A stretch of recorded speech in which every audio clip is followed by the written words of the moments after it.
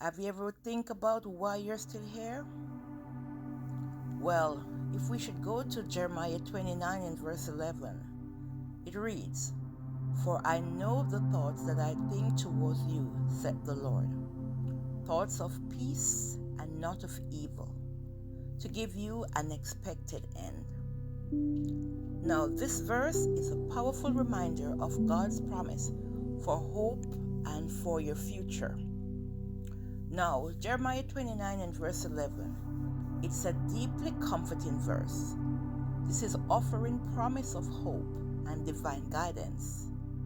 However, understanding it fully means requiring looking at the historical and the spiritual context.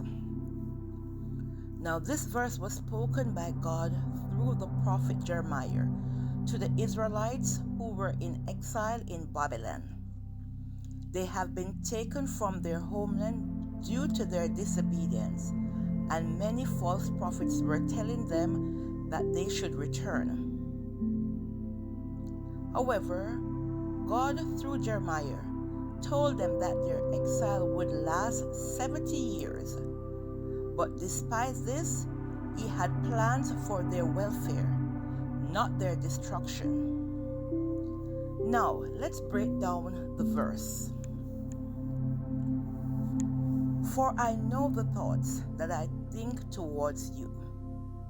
Now, this emphasizes that God is sovereign and intentional. His plans are not random. They are carefully designed for His people. The second phrase, thoughts of peace and not of evil. Now, even in hardship, God's ultimate desire is peace and restoration, not harm. This was a reassurance to the Israelites that their suffering was not the end of their story. Now, if we should look at the third phrase, it says, "to give you an expected end." Now, some translation says a future and a hope. Now, this means that God's plan leads to a meaningful and hopeful conclusion, even when circumstances seem bleak. Now, while this verse was originally designed at Israel, it reflects a broader truth about God and the nature. He is faithful, even in difficult seasons. It reminds believers that God's plans are not always immediate, but they are always good and they are sure. It encourages patience, trust, and perseverance in faith, knowing that God is working behind the scenes for a greater purpose. You are not forgotten. God knows you. Your story is not over. Do you feel lost, overlooked, overwhelmed, or like life doesn't matter? This reassures that God has a plan, even when things doesn't make sense right now. Have you ever wondered, why am I still here? Why did you survive what others didn't? Why did the door close when you were so sure it would open? It's because your life still has divine purpose. You are not random. You are not forgotten. God's silence is not rejection, and your pain is not wasted. You are still here because God's not finished with your story. And remember, my friend, when you're feeling down and like you have nowhere left to go, just remember Jeremiah 29 and verse 11. This is speaking to you individually. It says again, let me remind you, "For I know the thoughts that I think towards you, said the Lord, thoughts of peace and not of evil, to give you an expected end." God's plans for you are full of hope, even if your present feels dark. Now in Lamentation 3:22 and 23, it says, "It is of the Lord's mercy that we are not consumed, but his compassion fails not. They are new every morning. Great is thy faithfulness." Now, it is of the Lord's mercy that we are not consumed. Some of us, we go through sicknesses, we go through rejection, but it's the Lord's mercies that we are not consumed. Despite hardship, God's mercy sustains us. His grace prevents destruction, even when circumstances seem overwhelming, because his compassion fails not.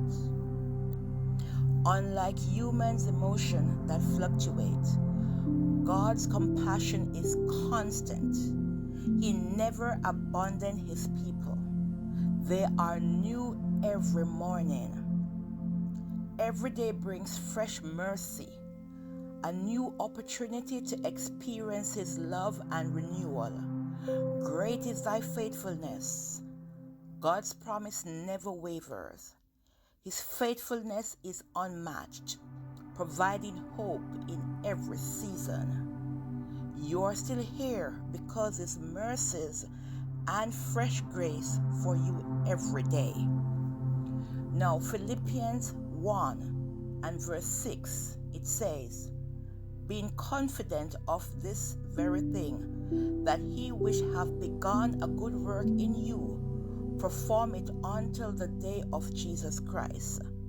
Now this passage of scripture, it's a powerful verse that speaks to God's faithfulness in completing the work he started in his people.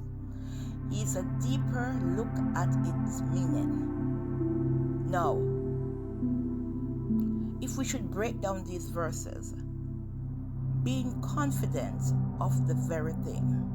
Now, Paul expresses certainly not mere hope, but full assurance that God is actively working in believers, that he which has began a good work in you. God initiates transformation in his people, whether it's spiritual growth, ministry, or personal calling. He isn't the author of every good work. We'll perform it until the day of Jesus Christ. Now, this is a promise of completion. God does not abandon his work. He continues refining, strengthening, and preparing his people until Christ returns. Now, this verse also reassures believers that God is not finished with them. Even in moments of doubt or struggles, his work continues. It's a call to trust the process, knowing that every challenge is a part of his divine plan. So today I pray for those feeling discouraged. Now remember, what God starts in your life, he will finish. You're in process, not forgotten. This is why we're still here. Ever wonder why you're still here? You've been through pains. You've been through disappointment. You've been through delays. You've been through rejection. But you are not here by accident. You're still here because God is not done yet. His mercies kept you. His purpose still holds you. Remember Lamentation 3:22 and 23. You're a work in progress, and God always finishes what he starts. Don't forget Philippians 1 and verse 6.